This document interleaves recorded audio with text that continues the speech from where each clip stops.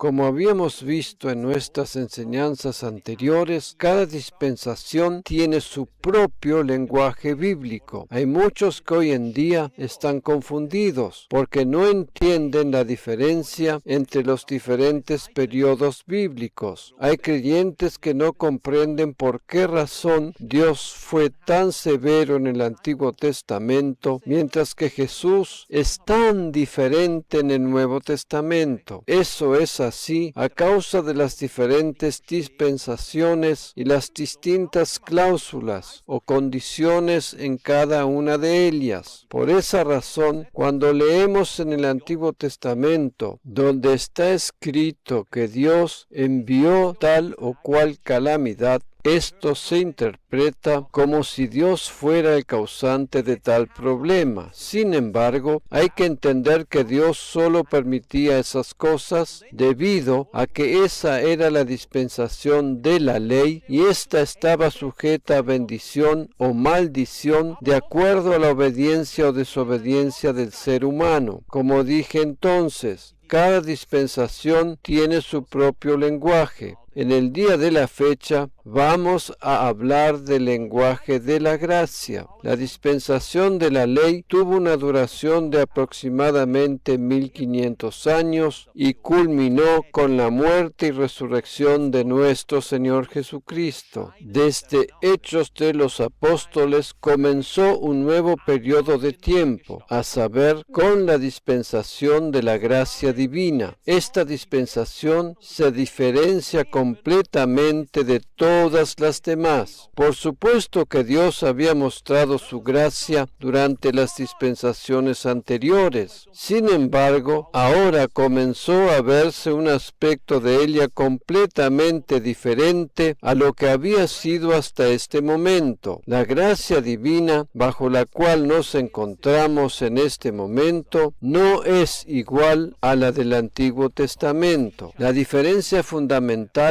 radica en que ahora la gracia divina es personificada en Jesucristo. Por eso decimos que la gracia divina tiene un rostro, el cual es el de Jesús. Para poder enlazar mejor con el tema que nos ocupa hoy, desearía hacer un breve resumen de todo lo anterior. A través de la historia, la simiente de David, o sea, el pueblo de Israel, ha sido siempre el blanco del enemigo con el propósito de destruirlo. En todos los tiempos ha habido odio hacia los judíos y manifestaciones de antisemitismo aparecen de tanto en tanto en la historia de la humanidad. Aquel pueblo que había sido elegido por Dios y con el que Él estableció un pacto, debía ser un testimonio sobre la tierra del único y verdadero Dios. Al pueblo de Israel le fue comisionado mantener vivo el conocimiento de Dios, preparando así el camino para la llegada del Mesías. La represión que el faraón egipcio ejerció sobre el pueblo tenía como finalidad la destrucción del mismo y con ello la eliminación del conocimiento del Dios verdadero de sobre la faz de la tierra. Hasta la actualidad sigue siendo así, pues el pueblo de Israel es acosado continuamente por sus enemigos. El propósito principal de Satanás desde un principio mismo de la historia había sido destruir la simiente de la mujer hasta que finalmente logró que crucificaran a Jesús en la cruz.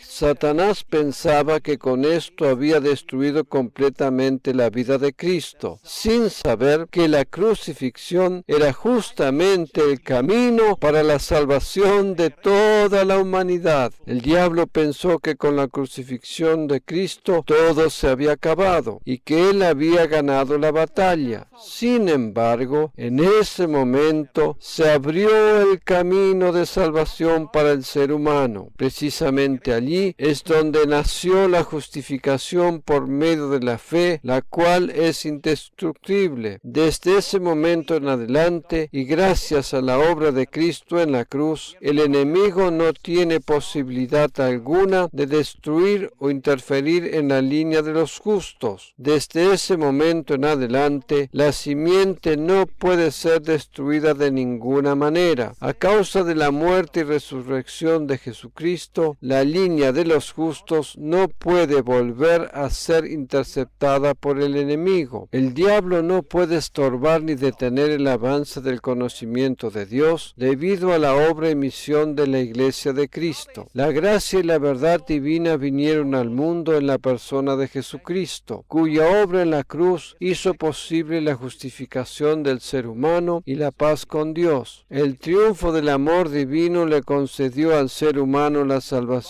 prometida. Dicha promesa, la cual habría de venir a través de la simiente de la mujer, se hizo realidad en la persona de Jesús. Desde ahora en adelante comenzó la dispensación de la gracia. Como solemos hacer en cada una de las diferentes dispensaciones, vamos a observar ahora un gráfico con un resumen de los principales detalles. La persona que se destaca en la dispensación de la gracia es el apóstol Pablo. Hay muchos que piensan que Jesús es la persona más destacada en este periodo de tiempo, y eso es naturalmente cierto por una parte, pero la revelación de la gracia llegó a la humanidad a través del apóstol Pablo. Si bien Jesús, con su llegada a la tierra, preparó el camino para que fuera posible esto, para que fuera posible que esto se hiciera una realidad, es el apóstol Pablo quien recibió y transmitió a la humanidad la revelación de la gracia divina. La dispensación de la gracia tuvo su comienzo en el día de Pentecostés, Hechos 2:1, y culminará en el momento en que Jesús vuelva definitivamente a la tierra para reinar. Eso significa entonces, Apocalipsis 19:21, eso significa entonces que abarca un periodo de tiempo de más de 2000 años hasta la fecha y se extenderá todavía hasta el momento en que Cristo venga a buscar a su iglesia para celebrar las bodas del Cordero en el aire, mientras aquí sobre la tierra tendrá lugar la gran tribulación. En resumidas cuentas, esta es la dispensación más larga de todas. Habíamos dicho que la dispensación de la ley tuvo una duración de 1500 años, pero esta, la dispensación de la gracia, lleva ya 2018 años y sigue todavía vigente. Esto nos muestra que la gracia divina es mucho más grande que la ley, dado a que esta dispensación se extiende, como ya dijimos, desde Hechos capítulo 2 hasta casi el final del libro de Apocalipsis. Es más que obvio que nuestra lectura bíblica debería concentrarse preferentemente dentro de este contexto del Nuevo Testamento. Naturalmente que el Antiguo Testamento tiene su importancia. De hecho, muchísimas de mis predicaciones o enseñanzas se basan precisamente en él. Y el motivo principal es encontrar o descubrir allí las simbologías que tienen que ver con Jesús. Así y todo, en la práctica, deberíamos nutrir nuestra vida cristiana con la lectura y estudio de los pasajes bíblicos que tienen que ver con la dispensación de la gracia, especialmente en las epístolas del apóstol Pablo o a esas otras epístolas dirigidas a la Iglesia de Cristo. El pacto divino que rige en esta dispensación es naturalmente el nuevo pacto. Este nuevo pacto es tan completamente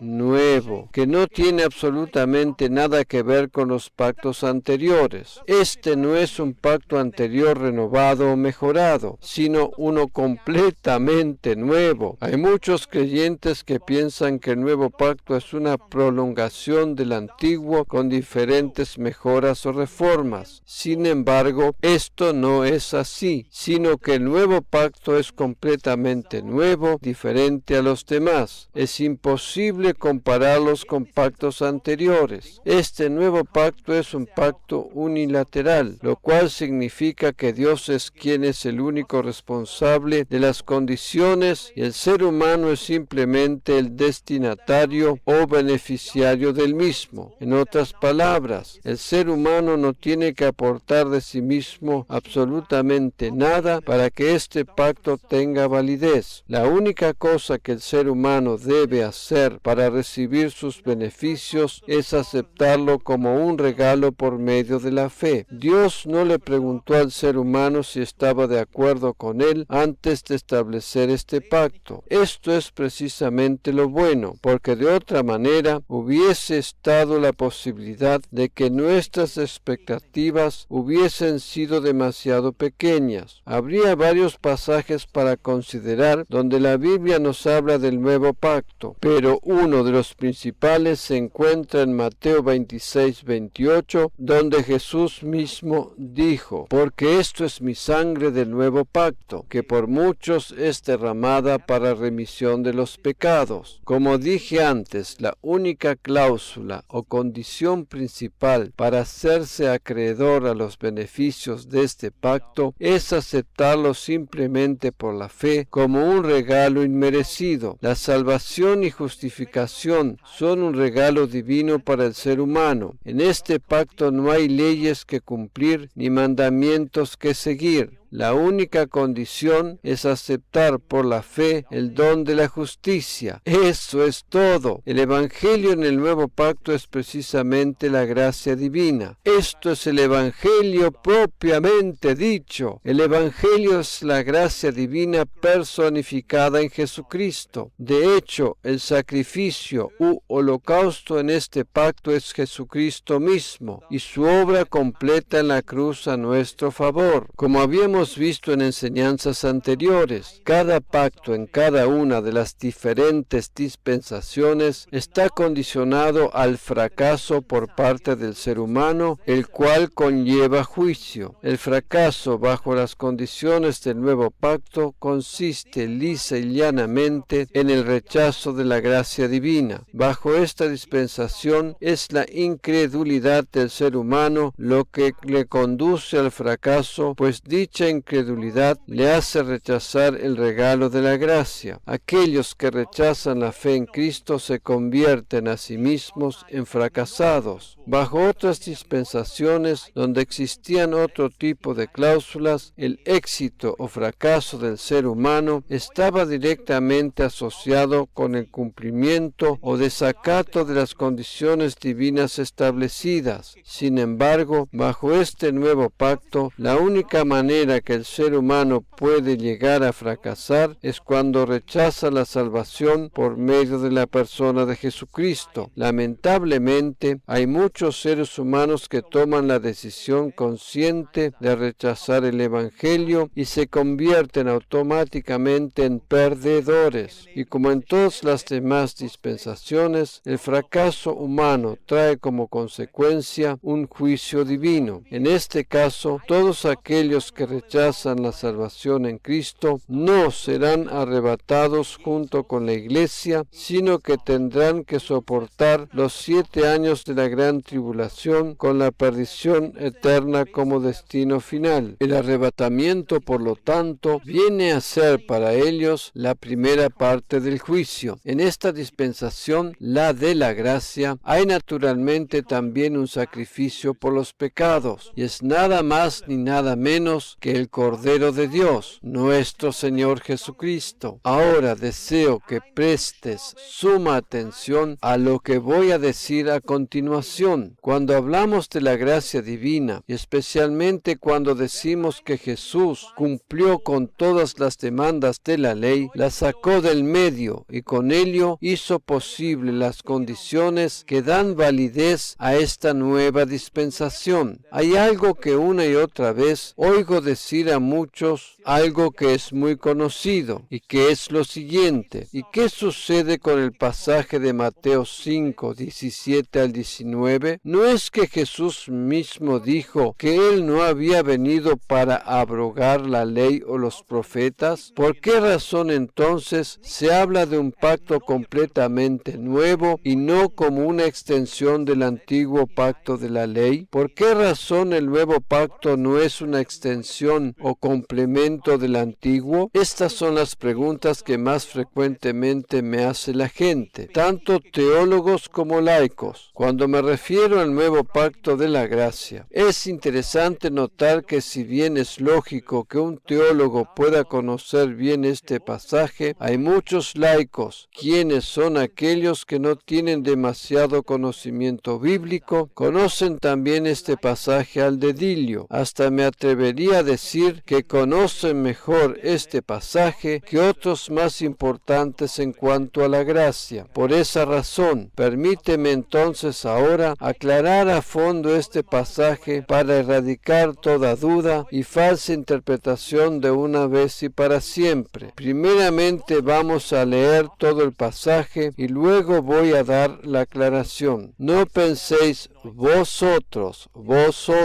que he venido para abrogar la ley o los profetas. No he venido para abrogar, sino para cumplir. Porque de cierto os digo que hasta que pasen el cielo y la tierra, ni una jota, ni una tilde pasará de la ley, hasta que todo se haya cumplido. De manera que cualquiera que quebrante uno de estos mandamientos muy pequeños y así enseña a los hombres, muy pequeño será llamado en el reino de los cielos. Mas cualquiera que los haga y los enseñe, éste será llamado grande en el reino de los cielos. Estas son palabras de Jesús. Y precisamente este pasaje es citado por muchos que aún sin siquiera saber mucho de teología, lo utilizan para refutar el mensaje de la gracia. ¿Te interesaría conocer la correcta interpretación de este pasaje para tener claridad de una vez por todas? Bueno, vamos a dilucidarlo entonces. Para poder hacerlo vamos a utilizar un método que nos va a ayudar mucho. ¿Conoces la técnica del mapa mental? Un mapa mental es un diagrama usado para representar palabras, ideas, tareas, lecturas, dibujos u otros conceptos ligados y dispuestos radicalmente alrededor de una palabra clave o de una idea central. Los mapas mentales son un método muy eficaz para extraer y memorizar información. El gráfico que observamos a continuación sería mi mapa mental sobre el pasaje que acabamos de leer. En este gráfico se pueden apreciar pequeñas bombillas eléctricas sobre determinadas palabras y con esto deseo que recibas iluminación sobre el correcto significado e interpretación de las mismas. Vamos a ir desglosando este pasaje paso a paso, de manera precisa y certera, para poder estudiarlo y comprenderlo. Comenzamos entonces con el versículo 17. Aquí dice Jesús: no penséis vosotros.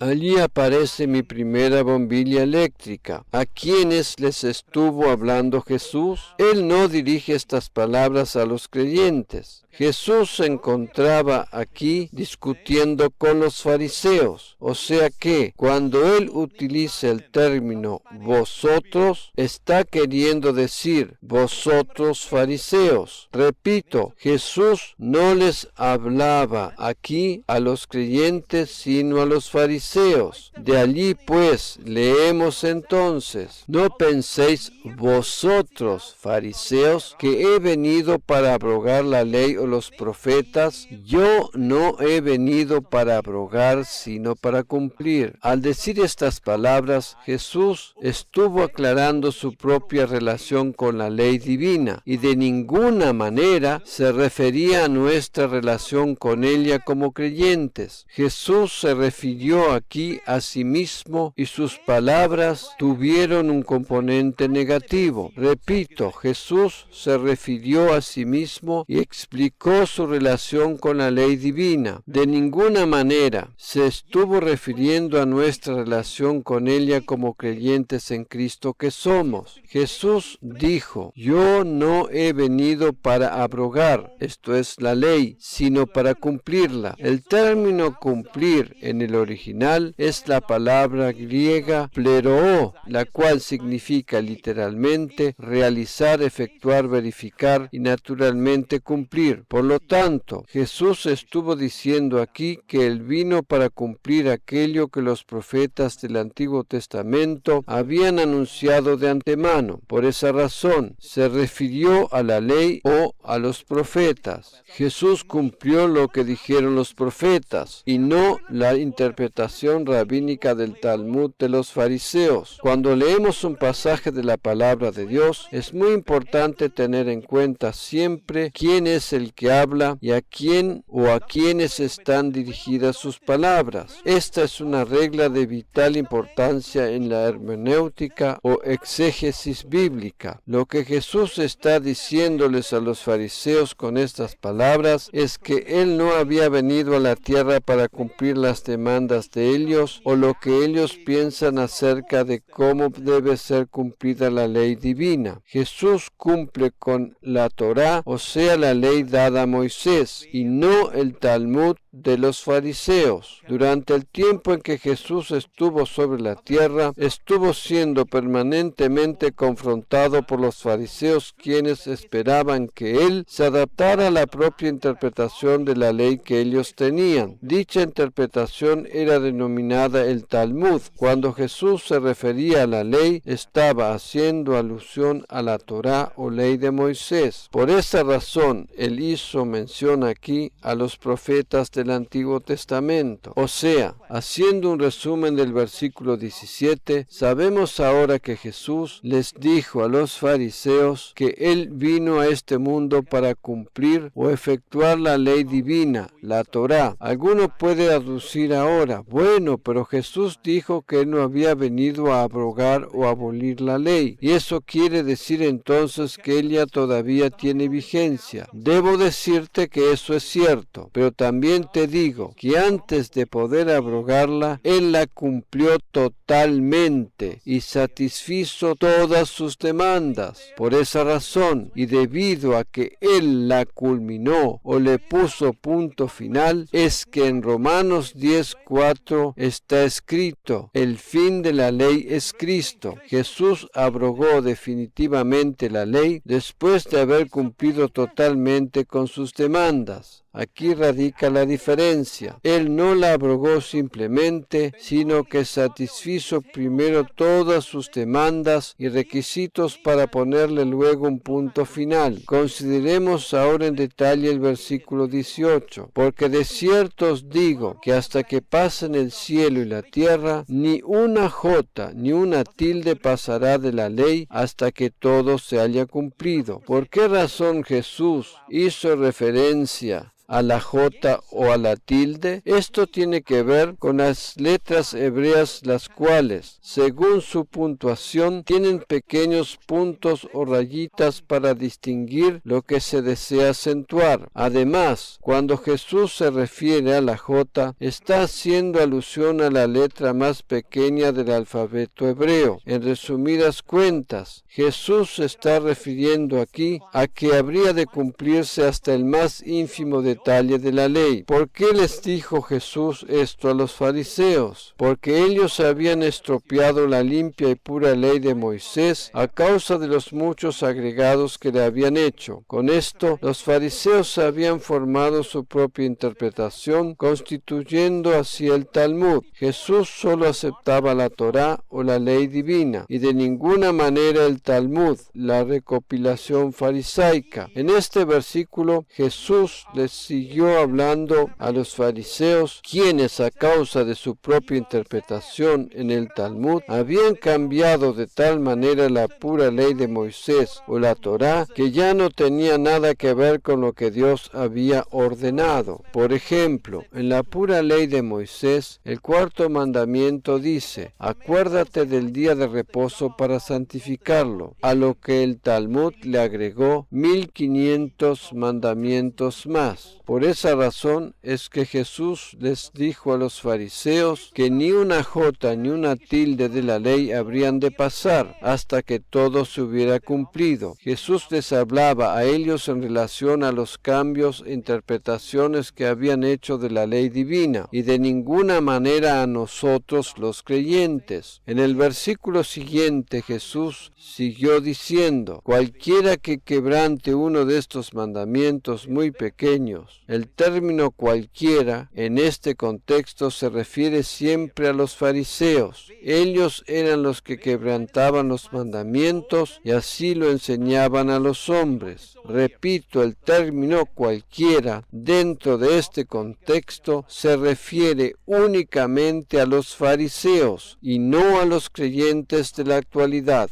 Consideremos nuevamente el versículo 19. De manera que cualquiera que quebrante uno de estos mandamientos muy pequeños y así enseñe a los hombres, muy pequeño será llamado en el reino de los cielos, mas cualquiera que los haga y los enseñe, éste será llamado grande en el reino de los cielos. La ley de Moisés todavía tenía vigencia mientras Jesús estaba sobre la tierra. Esta recién fue abrogada después de la muerte de Jesús. En otras palabras, lo que Jesús les está diciendo a los fariseos es que mientras Él estuviera vivo sobre la tierra, la ley de Moisés tenía validez. La ley fue abrogada y llegó a su fin después que Jesús la cumplió totalmente sobre la cruz. Pero mientras Él estaba vivo, la ley mantenía su vigencia. Jesús es el único que cumplió la ley completamente y por eso tenía el derecho de abrogarla. Nadie más aparte que Él estaba en condiciones de hacerlo. Por esa razón,